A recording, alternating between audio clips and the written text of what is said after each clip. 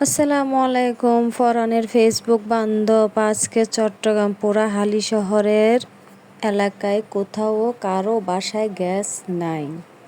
এক প্রকার যে রান্নাঘরে সবার রান্নাঘরে দুর্ভিক্ষ চলতেছিল, যার কারণে অনেকে সারাদিন না খেয়ে শুকনো খাবার খেয়ে আছেন। তাদের জন্য শুধুমাত্র তাদের কথা চিন্তা ভাবনা করে শুধুমাত্র আপনাদের জন্য পাতিল ফুরায় রান্না করলাম বিরিয়ানি, চনার ডাল, গরুর মাংস এবং অনেক রকমের জিনিস। সাথে রান্না করলাম আপনাদের জন্য বড় বড় মাছ। তবে আপনারা যদি আমার এই রান্নাগুলো দেখে থাকেন, একটু ভালো লাগে দেখুন। খুবই সুন্দর করে, খুবই মজা করে আমি বড় পাতিলে করে রান্না করেছিলাম শুধু আপনাদের জন্য। বেশি দেখলে কিন্তু নজর লাগবে।